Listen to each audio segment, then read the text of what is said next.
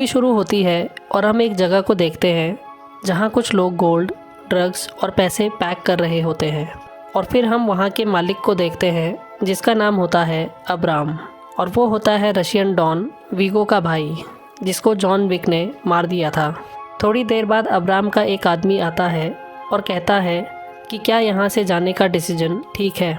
तो अब्राम कहता है कि हाँ, क्योंकि मेरे नेफ्यू ने एक गाड़ी चुराई थी और एक पपी को मार दिया था, जिसके लिए जॉन विक ने मेरे नेफ्यू और मेरे भाई दोनों को मार दिया था।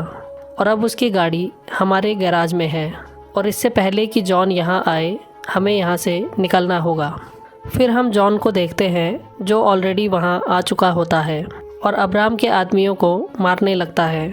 फिर जॉन अब्राम को फ़ोन करता है, जिसे सुनकर उसकी हालत ख़राब हो जाती है। जॉन गैराज में जाकर अपनी गाड़ी उठा लेता है, लेकिन अब्राम के आदमी उसका पीछा करने लगते हैं। जॉन एक एक करके उन्हें मार देता है और फिर अब्राम के ऑफिस में चला जाता है। जॉन विक को देखकर अब्राम की हालत टाइट हो जाती है, लेकिन जॉन कहता है कि मैं शांति चाहता हूँ और फिर वहाँ से चला जाता है। अगली सुबह जॉन अपने डॉग के साथ होता है और ओरेलियो वहाँ आ जाता है। वो दोनों जॉन की गाड़ी देखते हैं जो फाइट के दौरान पूरी तरह से टूट चुकी होती है, लेकिन ओरेलियो कहता है कि मैं इसे फिक्स कर दूंगा। उसी रात जॉन अपने हथियार और गोल्ड कॉइन्स फिर से अपने फ्लोर के नीचे गाड़ देता है, क्योंकि वो फिर से खून खराबा नहीं करना चाहता। इतने में जॉन की डोरबेल बजती है और जॉन देखता है कि उसका पुराना दोस्त सेंटिनो दरवाजे पर है। वो दोनों अंदर आते हैं और सेंटिनो कहता है कि तुम्हें मेरे लिए एक काम करना होगा, और जॉन बिना काम जाने उसे मना कर देता है और कहता है कि मैं ये सब नहीं करना चाहता। तो सेंटिनो उसे एक मार्कर दिखाता है जिस पे जॉन का खून लगा होता है। सेंटिनो कहता है कि मैंने तुम्हारी मदद की थी जब तुम्हें मेरी ज़रूरत थी, और ये मार्कर उस बात का सबूत है। और अब अगर तुमने मेरी मदद नहीं की तो तुम इसका अंजाम अच्छे से जानते हो। और इसके बावजूद भी जॉन उसे मना कर देता है और फिर सेंटिनो चुपचाप बाहर चला जाता है। फिर सेंटिनो अपनी गाड़ी से अपना वेपन निकालता है और जॉन के घर पर फायर कर देता है, जिससे जॉन घर के पीछे की तरफ गिर जाता है और सेंटिनो जॉन के घर को तबाह कर देता है। जॉन बच जाता है और अगली सुबह वो अपने डॉग के साथ होटल कॉन्टिनेंटल जाता है। वहाँ वो विंस्टन से मिलता है और सेंटिनो के बारे में पूछता है।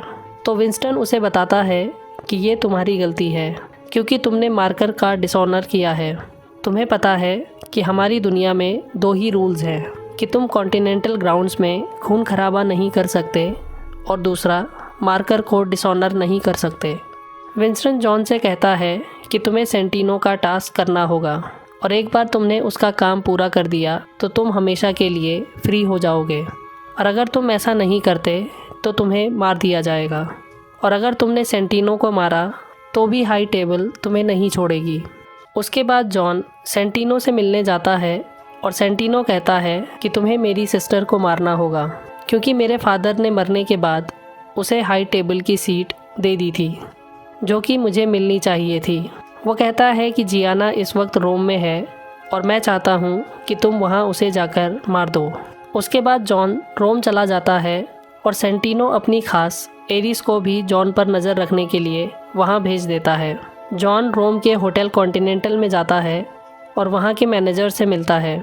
वहाँ से जाने के बाद जॉन अपने हथियार लेने एक दूसरी जगह जाता है, जहाँ उसे बहुत सारी गन्स और बुलेट प्रूफ कपड़े भी दिए जाते हैं। जॉन को मैप के थ्रू सब कुछ बता दिया गया होता है, और फिर जॉन एक पार्टी में जाता है जहाँ वो जियाना को मारने वाला होता है।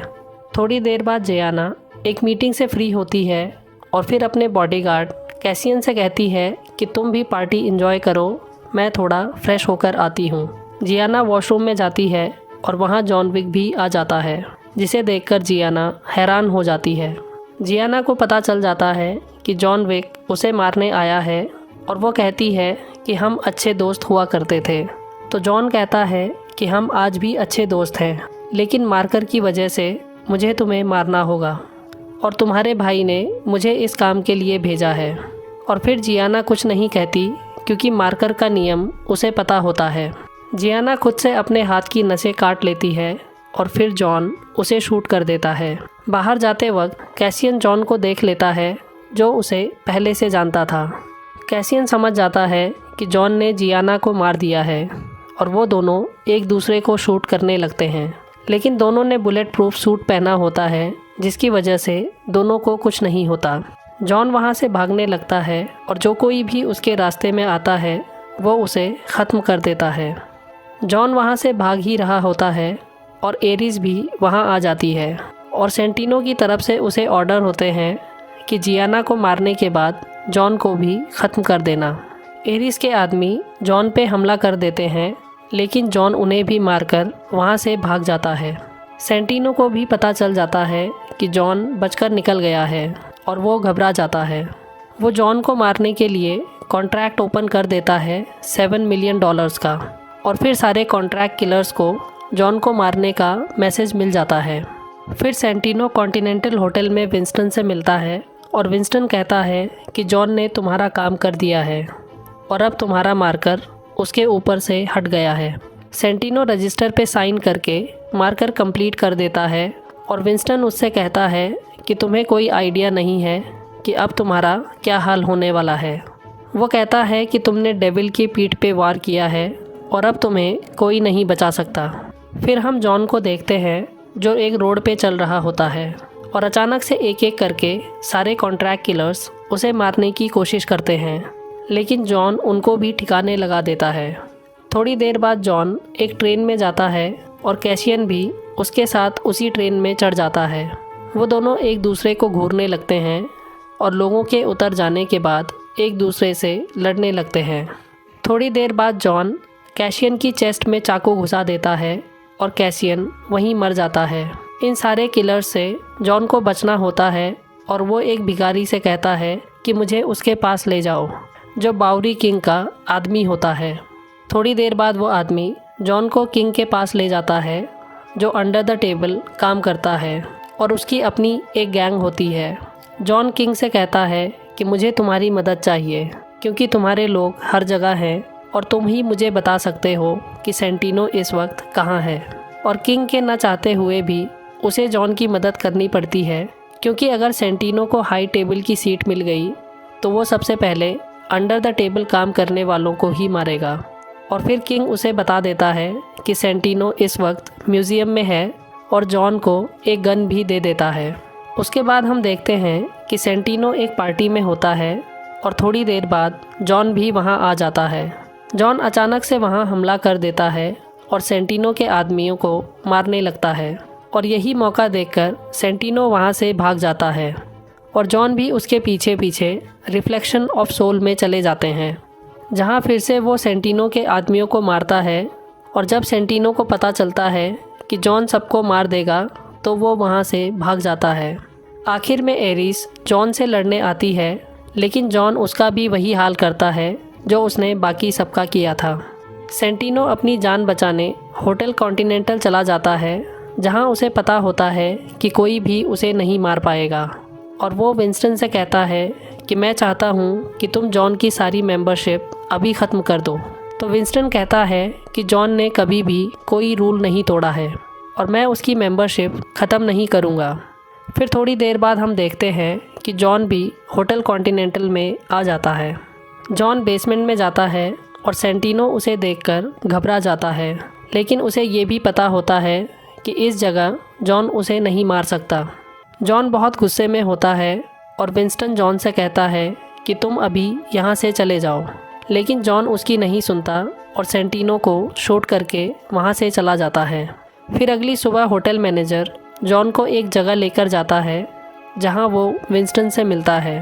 विंस्टन उसे बताता है कि तुम्हारा मैटर इंटरनेशनल तक पहुँच गया है और अब तुम्हें मारने का कॉन्ट्रैक्ट ओपन हो चुका है और आज के बाद होटल कॉन्टिनेंटल की सारी सर्विसेज तुम्हारे लिए बंद हो चुकी हैं, क्योंकि तुमने कंपनी ग्राउंड पे मर्डर किया है और तुम्हें एक्स कम्युनिकाडो घोषित कर दिया गया है।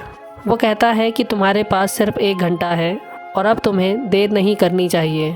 विंस्टन जॉन को एक मार्कर देता है और कहता है कि ये तुम्हारे काम आएगा। जॉन विंस्टन से कहता है कि तुम हाई टेबल पर सबको बता देना कि जो कोई भी मेरे पीछे आएगा मैं उन सबको मार दूंगा। और ये सुनकर विंस्टन भी खुश होता है।